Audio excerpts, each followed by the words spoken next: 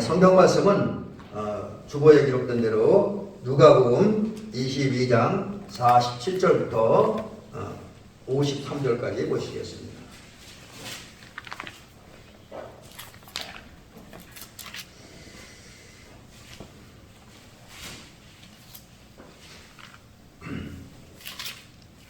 누가복음 22장 47절부터 53절.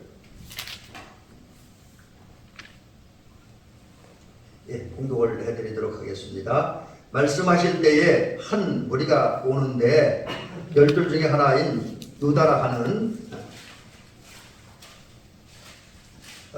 자가 그들을 앞장서 와서 예수께 입을 맞추려고 가까이 하는지라 예수께서 이르시되 유다야 내가 입맞춤으로 인자를 파느냐 하시니 그의 주위의 사람들이 그 된 일을 보고 여짜오되 지어 우리가 칼로 치리까 하고 그 중에 한 사람이 대제사장의 종을 쳐 그 오른쪽 귀를 떨어뜨린지라 예수께서 일러 이르시되 이것까지 참으라 하시고 그 귀를 만져 낫게 하시더라. 예수께서 그 잡으러 온 대제사장들과 성전의 경비대장들과 장로들에게 이르시되 너희가 강도를 잡는 것 같이 검과 뭉치를 가지고 나왔느냐? 내가 날마다 너희와 함께 성전에 있을 때에 내게 손을 대지 아니하였도다. 그러나 이제는 너희 때여 어둠의 권세로다 하시더라. 아멘. 온전한 그리스도인이 되는 길, 이런 제목으로 함께 말씀을 드립니다. 온전한 그리스도인이 되는 길, 이런 제목입니다. 우리가 잘 아는 대로 예수님께서 이제 우리 사람들을 많고 많은 사람들 중에 이제 어떤 특정한 뜻과 목적을 가지고 사람들을 부르셨습니다. 특별히 마가복음 3장에 보니까 예수님께서 산에 오르신 다음에 제자 사람들을 부르셨습니다. 그때 이제 부름받은 사람들이 베드로를 비롯한 12명인데 예수님께서 왜 12명을 불렀느냐? 그 제자들을 부르고 또 오늘은 저와 여러분들을 또 이제 그리스도인을 불렀고 하나님의 자녀를 불렀고 예수님의 제자를 불렀는데 왜 불렀느냐?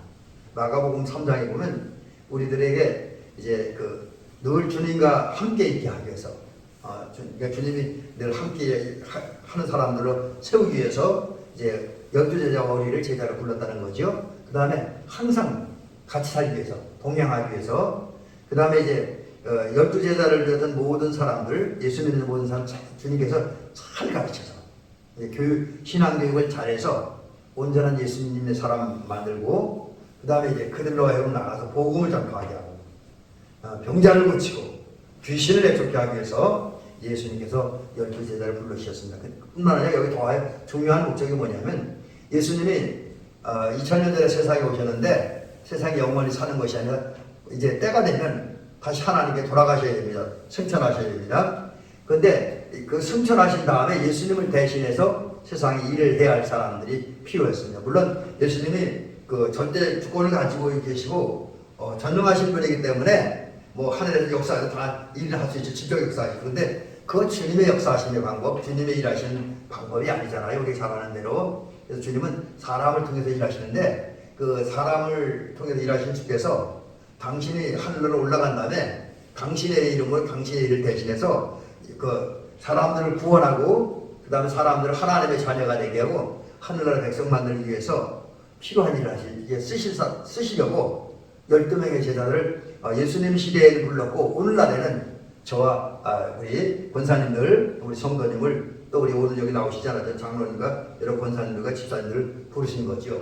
그래서 이제 흔히 우리가 뭐라고 얘기했냐면 우리 12제자의 수에는 가입을 할 수가 없죠. 뭐 그 시대하고 우리가 다르기도 하니까.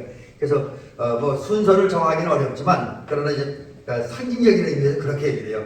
우리 12제자 다음에 부름을 받았다 해서 주님이 13번째 제자다 이런 얘기로 어떤 분들은 하기도 합니다. 어쨌든 뭐 13번째인지 14번째인지 100번째인지 그건 몰라요.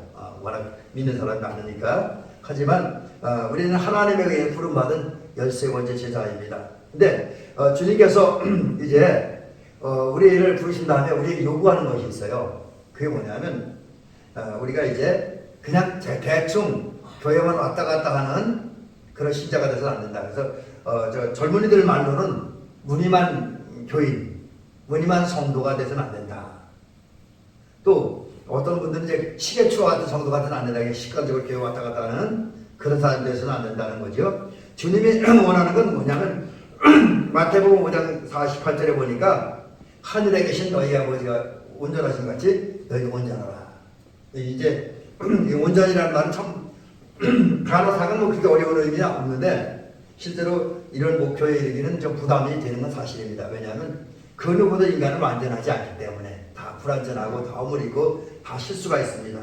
뭐 은혜 받은 사람도 실수하고 영적 깊은 세계에 들어간 사람도 실수를 합니다. 뭐 그것을 이제 우리는 우리 주변에서 많이 보고 신앙의 선배들 중에서도 많이 봅니다. 그래서 온전하라고 하는 이 말씀을 들으면 상당히 부담됩니다. 그럼에도 불구하고 주님께서 우리에게 하늘에 계신 너희 아버지 온전하신 것이 너희를 온전하라 이렇게 말씀합니다. 성숙한 그리스도인이 되라는 거예요. 성숙한.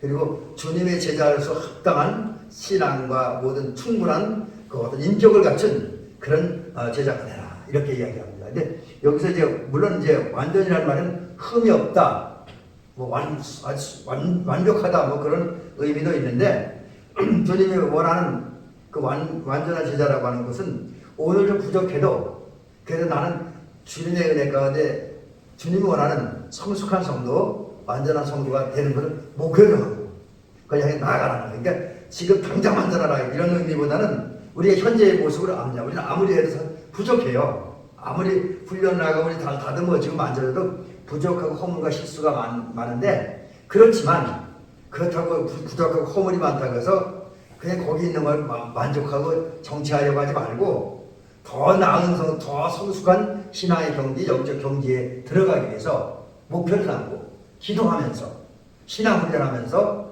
앞으로 나아가는 거예요. 그래서 그런 면에서 보면 우리 그리스도인의 신앙생활은 내가 좀 은혜 받았다고 이 정도면 돼 그런 게 없습니다. 우리한테는 더 주님을 닮기 위해서 내 마음과 내 생각이 더 주님 같아지기 위해서 내가 더 주님의 인격을 갖추기 위해서 주님의 성품을 갖추기 위해서 계속 우리 기도하면서 또 때로는 나를 복종시키면서 훈련하면서 앞으로 나가야 된다는 거죠. 그래서 기독교인들은 우리 그리스도인들은 이 땅을 떠나는 그날까지 신앙의 정체와 안주는 없습니다.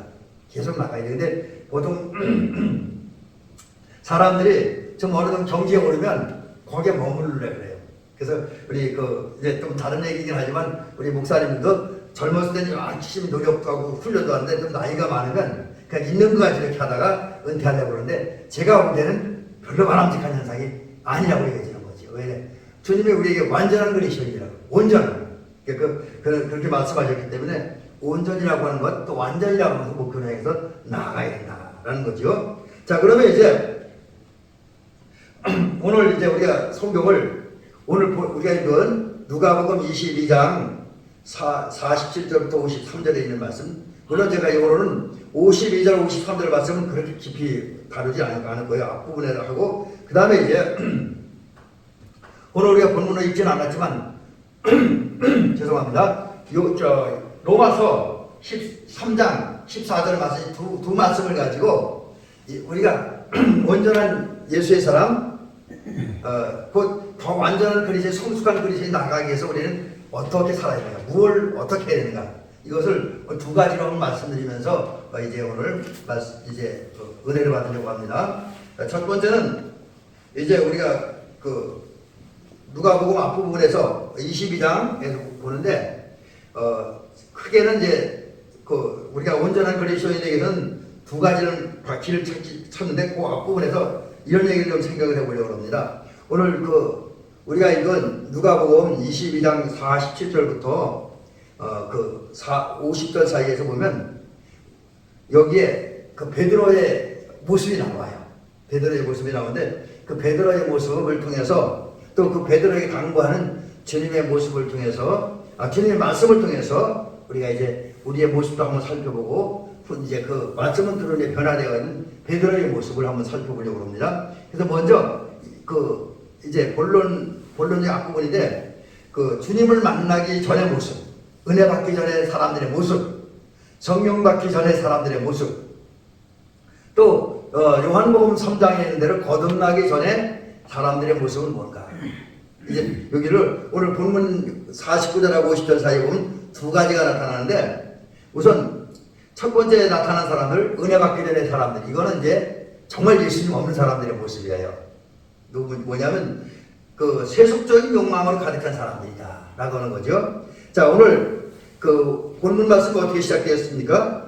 지금 40절 보니까 말씀하실 때에 라고 하는 말부터 시작돼요. 오늘 본문 얘기가 예수님께서 지금 앞부분에 보니까 39절부터 46절 사이에 누가복음에 보면 누가복음 22장 39절부터 46절 사이에 어떤 말씀이 기록되냐면, 예수님께서 겟세마네 동산에 가서 기도하셨잖아요. 우리 잘 아는 거. 뭘 기도합니까? 이 잔을 내게서 지나가게 하옵소서. 그러나 내 원대로 마옵시고 아버지의 원대로 하옵소서. 그래서 결국 그 기도 내용은 십자가에 달려 죽는 건 피하고 싶지만 그게 하나님의 뜻이라면 그대로 하겠습니다. 순종하겠습니다. 이런 기도를 주님께서 드리셨습니다. 그 세 번에 거쳐서 이때 예수님께서 얼마나 간절히 기도하셨냐면 땀방울이 핏방울이 될 정도로 간절히 기도하셨다 그랬어요. 그렇게 기도하는데 그때 예수님께서 겟세마네 동산에 혼자 가신 건 아니고요. 예수님이 12제자 가운데 베드로와 야고보와 요한을 데리고 가셨습니다. 다른 제자는 안 데리고 가셨어요. 근데 데리고 갔는데 그 제자들이 예수님과 같이 기도하라고 데려갔는데 그 제자들이 기도하지 못해요. 입시적으로 피곤하니까 그랬겠죠. 그래서 잠만 잡니다. 근데 이제 그런 제자들을 향해서 예수님께서 몇 번 말씀하는데 특별히 세 번째에 이제 또 말씀하시기를 시험에 들지 않기와 깨어 기도하라. 그런 말씀을 하셔요. 이제 기도 마친 다음에 그리고 이제 겟세마네 동산 밖으로 나오는데 그때 어떤 일이 벌어졌냐? 세속적인 욕망으로 가득한 사람이 오는 거예요. 누가 옵니까? 이거를 47절에 뭐라고 하냐면 한 무리가 오는데, 한 무리 몇 사람 꽤 많은 무리가 왔다는 거예요. 근데 그 중에 12제자 중에 한 사람인 유다라고 하는 사람이 왔는데 그 유다가 몇 사람의 무리들을 이끌고 왔습니다. 근데 그때 그 유다가 이끌고 온 사람들이 누구냐? 이거를 52절에 보니까 52절이 아니 몇 절입니까? 그 앞부분이 50절 맞네요. 성전의 경비대장. 요즘으로는 그 큰 교회는 교회 지키는 사람 있잖아요. 수위. 교회 수위. 요즘으로 말하면. 그리고 또 누가 옵니까? 대제사장들. 또 장로들. 그러니까 이제 한마디로 보면 예수님을 체포하기 위해서 사람들 데려오는 거예요.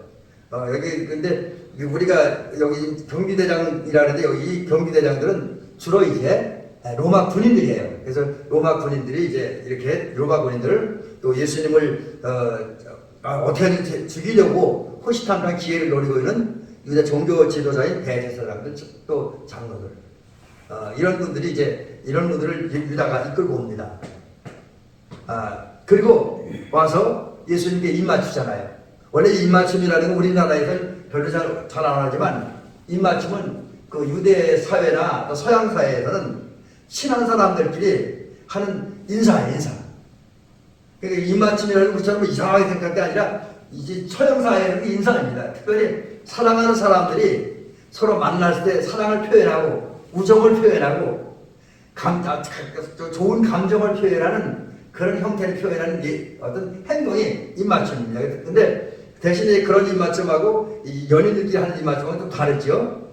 근데 어쨌든 입맞춤이다. 그리고 이거는 일반 사회에서뿐만 아니라 그 당시 그 초대교회도 입맞춤이 있어. 거룩한 입맞춤. 입맞춤은 이제 볼에다가 살짝 이렇게 되는 건데, 그것도 뭐냐면 성도를 만났을 때 반가운 마음 표시할 때, 또 어떤 성도가 사명을 위해서나 또 어떤 이유 때문에 다른 지역으로 이사갈 때 헤어질 때 축복하며 보내는 마음이 이제 입맞춤이라는 거죠. 그 축복하는 건데, 그런 그 좋은 의미의 입맞춤을 이제 유다가 예수님께 하려고 합니다. 예수님께. 근데 그럼 이 유다가 가룟 유다라고 하는 이분이 예수님을 정말 사랑하는 마음으로 사랑의 표현으로 그렇게 하느냐, 그게 아닌 거죠.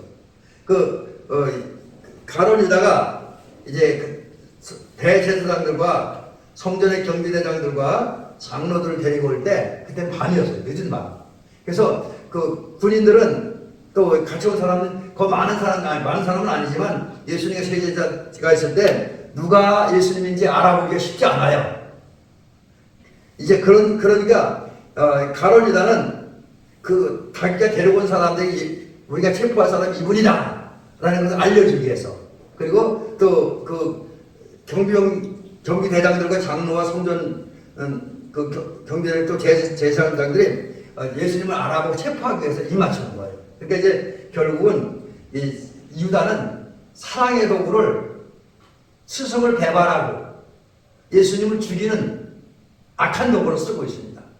자, 이런 그 가룟유다의 모습을 보면서 뭘 보느냐? 가룟유다가 왜 이랬습니까? 왜 예수님을 배반합니까? 사실은 이제 뭐 성경에는 그 이후에까지 자세히 기록은 되어 있지 않은데, 여러 가지 이제 12 제자들을 전문적으로 깊이 이렇게 다룬 그런 부분들이라고 하면, 이 가룟유다는 욕심이 많은 사람, 세속적인 욕망으로 가득한 사람입니다. 또 그런 욕심을 부릴 만큼, 욕망을 가득한 만큼 그는 똑똑했어요.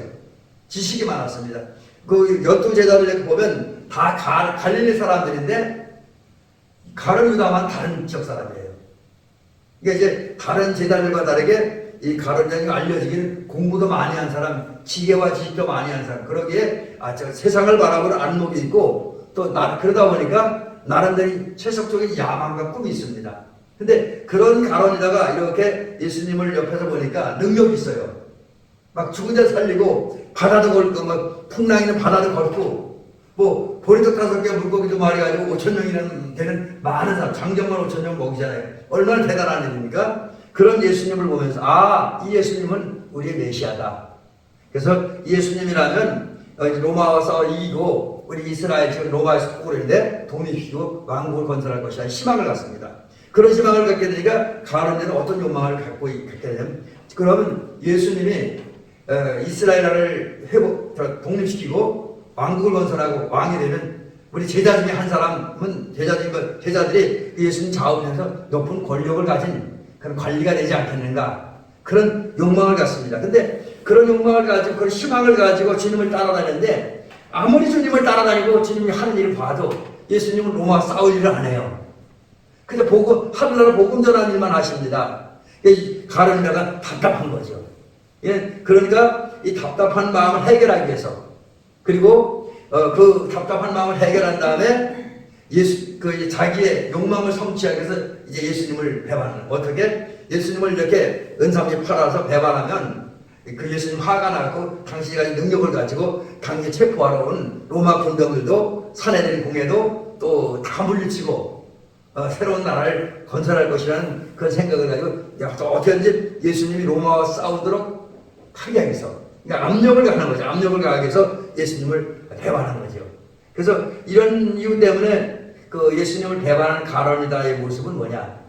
그가 주님을 따른 때부터 어떤 세속적인 욕망, 정치적인 욕망, 그리고 권력을 얻으려고 하는 그런 욕망을 가지고 따랐기 때문에 가룟유다는 세속적인 욕망으로 가득 찬 사람들이라는 거죠. 그래서 지금 오늘 이 말씀을 통해 깨닫는 게 뭐냐면, 가룟유다가 걸친 옷이 뭐냐? 예수님이라는 옷을 입은 게 아니에요. 예수님의 제자의 무리에 속했고, 또 예수님의 제자 공동체 속에서 재정을 관리하고 예수님의 신뢰와 사랑을 받았지만, 그는 예수님의 진정한 제자가 되기 위해서 주님을 따르는 게 아니에요. 세속적인 욕망을 이루기 위해서, 권력을 얻기 위해서.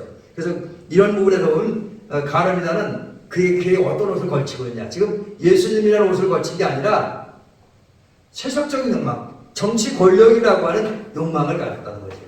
그 옷을 입었고 그 옷으로 자기를 이제 취한 거죠. 그래서 그 정치 권력이라고 하는 그런 옷을 입었고 정치 권력이라는 것으로 장신구를 자기 몸에 걸치고 있는 거예요.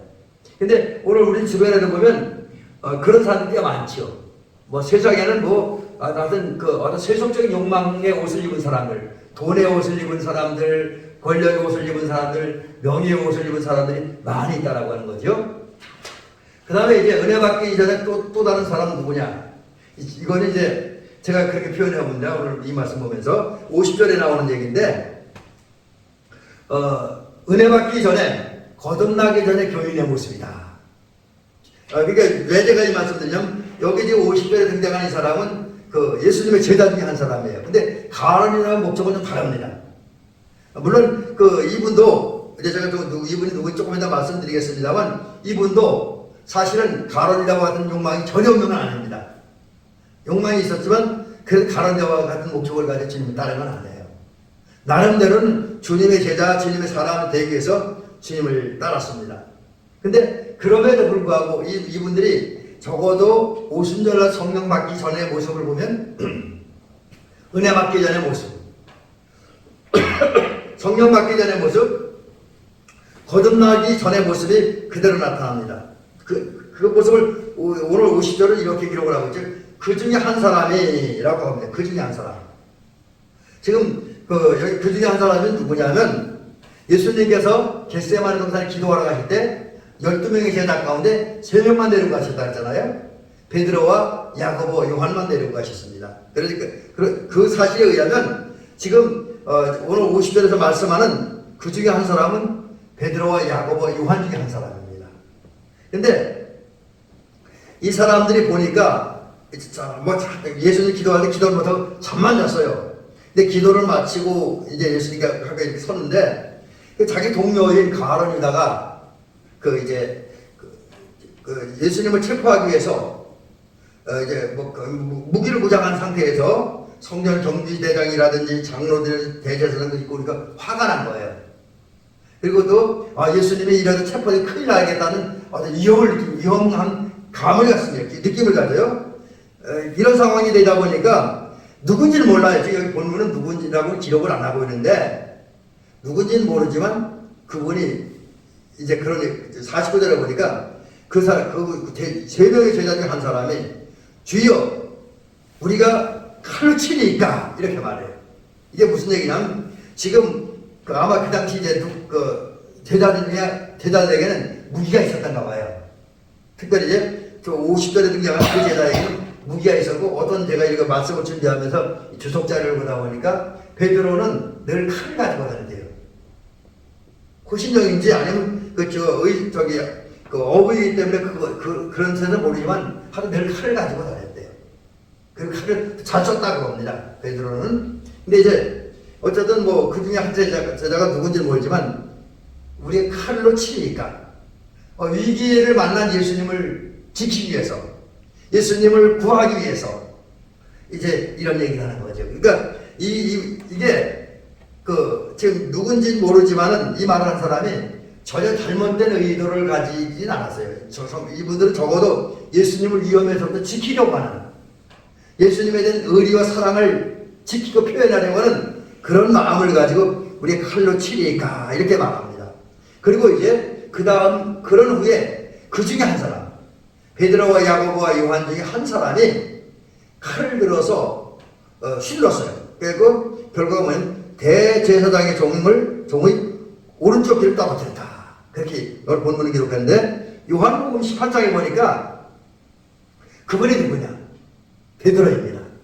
베드로가 칼을 들어서 휘둘러갖고 대제사장의 종의 귀를 잘라버렸는데 그때 베드로가 휘두른 칼에 맞아서 오른쪽 귀에 잘려나간 사람이 누구냐면 요한복음 18장에 보니까 말고입니다. 대제사장의 종 말고입니다.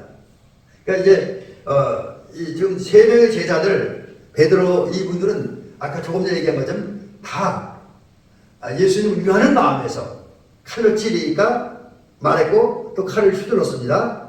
폭력을 사용한 무력을 사용한 겁니다. 근데 하여튼 그들 마음에서는 예수님을 위하는 것이었지만 그게 예수님이 원하는 것과 달랐다고 하는 거죠. 예수님의 뜻도 아니었고 예수님의 생각도 아니었다. 그러니까 나름대로는 좋은 일 한다고 했지만 잘한다고 했지만 예수님이 원하는 것과 다른 행동이 됐다. 그래서 이분들은 무슨 옷을 입고 있느냐? 결국 거듭나지 못했기 때문에 칼의 옷을 입었다. 무력의 옷을 입었다. 또 칼로 그의 몸을 장식했다. 또 무기로 그의 몸을 치장했다. 다른 말은 세속적인 방법과 세속적인 이론과 세속적인 경험들, 세속적인 힘과 능력의 옷을 입었다라고 하는 거지요.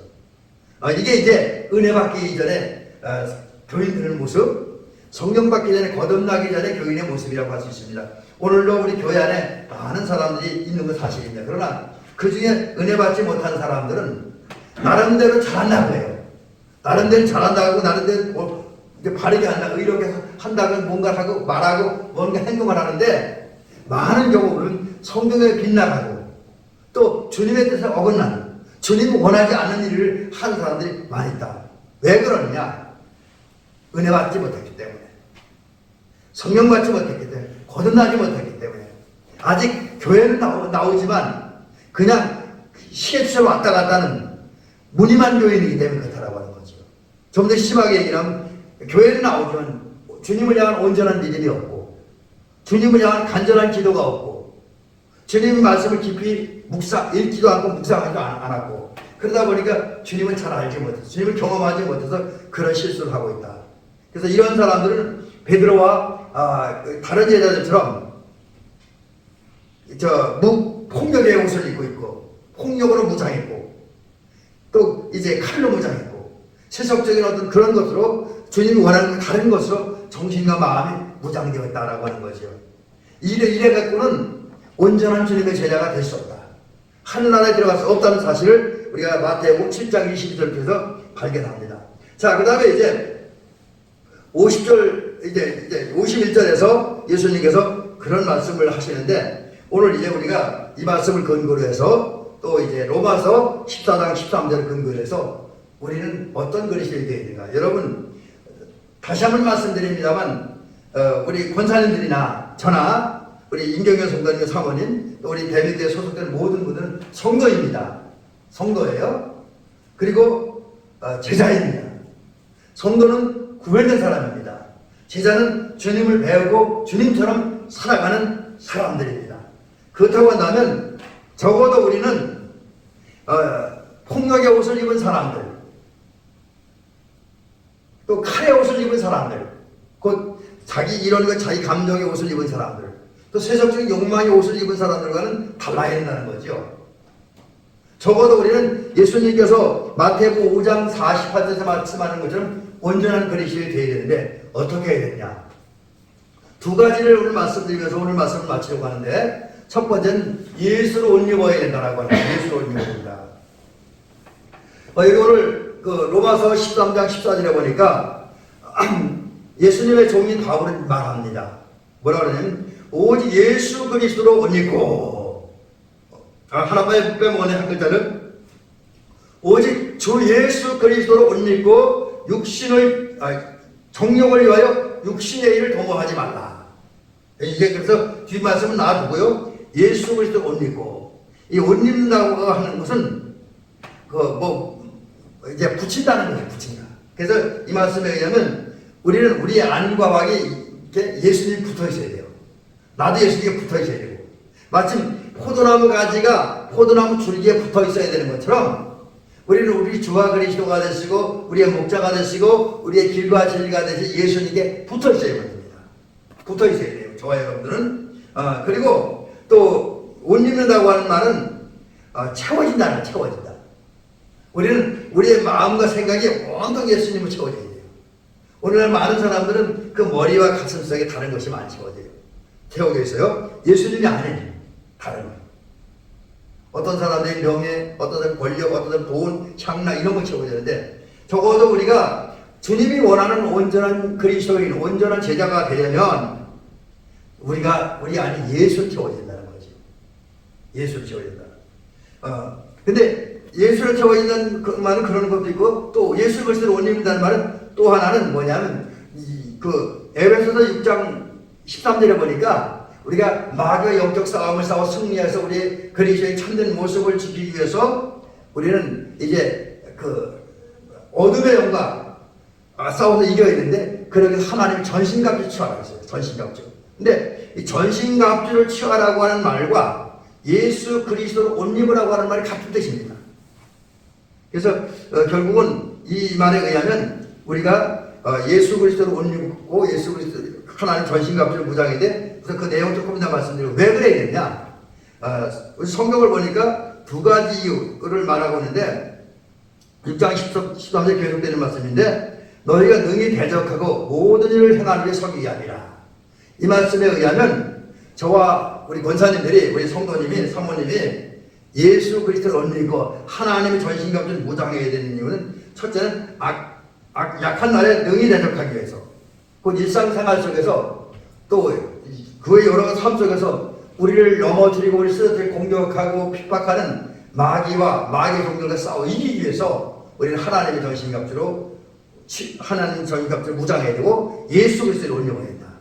두 번째는 이제 뭐냐면 모든 일을 행하기에 서기 위함이라. 이건 뭐냐면 승리한 다음에 승리자로서 하나님 앞에 서기 위해서, 또 승리자로서 교회 앞에 서기 위해서, 승리자로서 모든 사람 앞에 서기 위해서 우리는 하나님의 전신갑주를 무장해야 된다. 예수 그리스도를 옷 입어야 한다는 거죠. 자, 그러면 예수 그리스도를 옷 입는다. 이제 또 하나님의 전신갑주를 무장하기 위해서 우리는 어떻게 해야 된다? 진리의 허리띠를 띄어야 된다. 의의 흉배를 붙여야 된다. 평안의 복음을 힘을 신어야 된다. 믿음의 방패를 가져야 된다. 구원의 특권을 가져야 된다. 성령의 금, 하나님의 말씀으로 우리를 무장해야 된다. 바로 이것이 예수 그리스도를 옷 입고 하나님의 전신갑주를 무장하는 거죠. 그래서 우리가 정말로 다른 거 다 잊어먹는다 하더라도 우리가 예수 그리스도를 옷 입고 하나님의 전신갑주를 무장했을 때 우리 주님이 원하는 그리스도인이 되어져 갈 수 있다는 거죠. 마지막 하나는 사실 그 성경에 이런 단어는 등장하지 않는데 표현하면 그렇게 해봅니다. 저와 여러분들은 예수 그리스도라고 하는 장신구를 우리에게 불러야 돼요. 이 장신구라는 게 무슨 건가 찾아보니까 이제 우리의 몸을 치장하기 위해서 어떤 우리 몸에 거는 거예요. 예를 들어서 뭐 이제 그 군인들은 자기 군인임을 나타내려고 계급장을 달고 다니잖아요. 그죠? 또 뭐 저같이 목사님들은 주일날 낮예배 드릴 때 뭐 저녁 예배도 그런 분도 있지만 예배 드릴 때 가운을 입잖아요. 거기에 저기 장신구를 두르는 것이다 라고 볼 수가 있습니다. 한마디로 나를 드러내기 위해서, 나를 나타내기 위해서, 나를 뽐내기 위해서 어떤 내 몸에 걸치는 거예요. 내 자신에게 걸치고 내 자신 치장하는 거, 이게 장신구인데, 근데 우리 여러분, 오늘 우리가 성경을 보면 깨닫는 건 우리도 장신구를 우리 불러야 돼요. 장신구를 치장해야 돼요. 근데 우리 애가 장신구를 우리에 걸치는, 우리 몸에 걸치는 것은 세상 사람과 달라요. 세상 사람은 자기 계급을, 자기의 재물을, 자기의 명예를, 자기 권세를, 자기 자리를, 자기 인기를 드러내기 위해서 자기 치장을 합니다. 자기 예쁘다는 것, 육신적으로 예쁘다는 것, 뭐 잘났다는 걸 드러내기 위해서 자기 치장을 해요. 그래서 많은 사람은 겉에 치장을 잘한 걸 보면, 곧 좋은 옷을 입으면, 그 사람 가치를 인정해요. 근데 옷이 남루하면 그 가치를 인정하지 않잖아요. 그래서 사람들은 자기를 뽐내고 드러내고 인정받기 위해서 자기 몸을 치장합니다. 근데 우리는, 우리의 치장은 그런 게 아니에요. 우리의 치장은 주의 증인이 되기 위해서, 주님의 증인이 되기 위해서. 여러분, 주님께서 우리에게 온전한 주의 제자가 되라 그랬잖아요. 또 주님께서 우리를 제자 삼으신 것은 결국은 전도하게 하기 위함입니다. 네, 그 때문에 우리가 이제 예수 그리스도로 옷 입고 이제 우리가 이제 예수 그리스도로 옷 입고 예수 그리스도 하나님 전신갑주를 무장한다면 두 번째 몸을 장식해야 돼. 그거는 복음 전하기 위해서, 예수 사랑 드러내기 위해서, 예수 은혜 드러나기 위해서, 우리 삶을 통해서, 우리 언어를 통해서 우리의 살아가는 모습을 자연스럽게 예수 은혜가 드러나고 예수 사랑이 드러나고 예수의 그 성품이 드러나고. 제가 오늘 지난번에 어서 보다 보니까 인터넷에 이렇게 유튜브를 보다 보니까 어떤 분은 보면 그분만 보면 예수님의 모습이 보인다고 그렇게 얘기하는 것을 이제 이렇게 옆에서 들어본 적이 있는데, 바로 우리는 예수님을 보여주기 위해서, 예수님을 나타내기 위해서, 그래서 그걸 통해서 주변 사람들이 감동을 받고 깨달음을 얻고 예수를 영접하고 믿어 하나님의 자녀가 되고 구원받게 하고 하나나라 백성이 되게 하기 위해서 우리 자신을 뭔가를 시작을 해요. 불러야 돼요. 자, 그럼 그게 뭐냐? 바로 이제 예수님이라고 하는 거지. 베드로는 은혜 받기 전엔 아까 말씀드렸듯이 예수로 무장되지 않았어요. 다른 것으로 무장했습니다. 칼로 무장했고, 폭력으로 무장했고, 세상적인 이론과 감정으로, 자존심으로 무장했습니다. 세상적인 의리로 무장했습니다. 하지만 그랬던 베드로가 오순절에 성령을 충만히 받고 성령 역사하심을 따라 회개한 다음에 그는 달라졌어요. 거듭났습니다. 거듭나니까 그는 이제 그 폭력으로 무장한 게 아니고 이제 또 칼로 무장하지 않았습니다. 세속적으로 무장하지 않았어요. 예수님으로 그런 무장을 그걸 채웠어요. 예수님의 옷을 입었고 예수님의 장신구를 그의 머리와 그의 얼굴과 그의 가슴과 그의 온몸에 그 예수님이라는 예수님을 장신구로 걸쳐 입었습니다. 그러면 어떻게 변합니까? 그전엔 그 예수 만나기 전엔 계집종 앞에서 예수님을 모른다고 3번씩이나 부인했고 3번째 저주가 되면서 그렇게 예수님을 부인했고 그랬던 또 그 목숨 하나 가지고 안절부절했던 그랬던 베드로가 예수님을 치장하고 예수님을 무장한 다음에는 담대해 있잖아요. 그래서 많은 사람들이 모인 앞에서 당신들이 십자가에 못 박아 주신 예수님이 부활하셨고 그 결과 모든 사람들이 주와 그리스도가 되셨고 모든 사람들이 그 앞에 무릎을 꿇게 됐다고 담대하게 설교했잖아요. 또 성전에 가다가는 안진뱅이를 만났을 때 은과 금은 내게 없거니와 내가 있는 건 내게 주노니 나사렛 예수 그리스도의 이름으로 일어나 걸으라고 손을 잡아 이렇게 그가 일어나 걸었게 되잖아요. 뿐만 아니라 전도하다가 그 살해된 공회에 체포됐습니다. 그리고 신문을 받습니다. 그리고 유혹을 받습니다. 그러면서 예수의 이름으로 말하지 말고 가르치지 말라고 하는 엄명을 받았으나 다 그 앞에 담대하게 얘기해요. 주눅들지 않고 나는 하나님의 보고 들은 걸 말하지 않을 수 없다. 하나님의 말씀을 듣는 것과 당신들의 말을 듣는 것 중에 어느 것이 옳은가 판단해보라. 그러면서 나는 이제 보고 들은 것을 이제 전하지 않을 수 없다 라고 담대하게 외칩니다. 또 이제 뿐만 아니라 그는 예수님을 전하다가 복음 전하다가 체포되고 살해드린 공회에 가서 매를 맞았어요. 신문을 당하고 고문을 당합니다. 그런데 베드로는 베드로는 그것에 대해서 전혀 이상한 생각을 하지 않습니다. 오히려 예수님을 위해 능력받는 것, 예수님을 위해 고난받는 것 기뻐하면서 성전 그 공회를 떠났다라고 하는 거죠. 이게 예수님의 옷을 입고 예수님을 자신의 장식으로 삼고 자기의 모든 것에 예수님을 걸치고 나니까 예수님으로 자기 치장하고 나니까 변화된 그러한 모습입니다. 그런 베드로야말로 완전한 그리스도인, 완전한 주의 제자였다. 물론 그도 실수는 했어요. 그렇지만 그럼에도 불구하고 예수님의 옷을 입고 예수님을 치장한 그 베드로야말로 온전한 그리스도이다. 이렇게 이야기할 수가 있습니다. 그런 부분에서 보면 저와 여러분도 예수 그리스도로 무장하는, 예수 그리스도로 돌려야 되는데 그러기 위해서 오늘 주님께서 여기 오늘 51절에서 중요한 말씀 뭐하냐면 이것과 참으라. 원래 이거 베드로에게 한 이 말씀의 의미는 가론 유다가 이끌고 온 무리들이 지금 나를 가려고 하는데 그것까지 참으라. 여기 공격해주지 말고 휘둘리지 말라는 그런 의미의 말씀입니다. 근데 이것은 또한 이 말씀은 이제 문자적인 의미고 좀 더 크게 보면 우리가 예수님의 제자가 되고 예수님을 전하기 위해서 그리고 온전한 하나님의 사람에 의해서 자기를 자제할 줄 알아라. 자기를 절제할 줄 알아라. 자기 감정을, 자기 혈기를, 자기 모든 걸 절제할 줄 알아라. 그리고 또 온전한 그리스도인이 되기 위해서, 온전한 제자가 되기 위해서 자기 부정을 해라. 이런 의미입니다. 바울처럼 예수 그리스도를 알기 위해서 다른 것을 배설물처럼 여길 줄 알아야 된다. 이런 의미를 가지고 있습니다. 이제 말씀 마치겠습니다. 사랑하는 우리 권사님들, 우리 그 성도님, 저도 마찬가지로 오늘 말씀 기억하면서 예수님을 우리가 온전한 그리스도인, 온전한 주의 제자가 되기를 원한다는 사실을 기억하면서 그렇게 되기 위해서 비록 순간순간 실수도 하고 잘못도 하지만 그래도 기도하면서 믿음으로 말미암아 예수님을 말씀을 듣고 그 예수님 모셔드리고 그 예수님으로 옷 입는, 예수님 우리 안팎을 채우고 예수님께 팍 달라붙어 있는 그런 우리가 되어지고 또 거기에 이제 우리가 하나님의 전신갑주로 무장함으로써 정말 예수의 옷 입은 그런 성도가 되시길 바라고요. 그 예수를 옷 입은 다음에 그 예수님으로 우리 치장함으로써 가장 완벽하고 온전한 그리스도에 되어서 주님으로부터 잘했다 칭찬받고 사람들 앞에 이제 온전한 예수 그리스도의 모습을 또 우리 안에 일하시는 예수님의 모습을 증명하게 드러내면서 증인의 역할을 잘 감당하는 저와 여러분들 되시기를 주의 이름으로 축원합니다.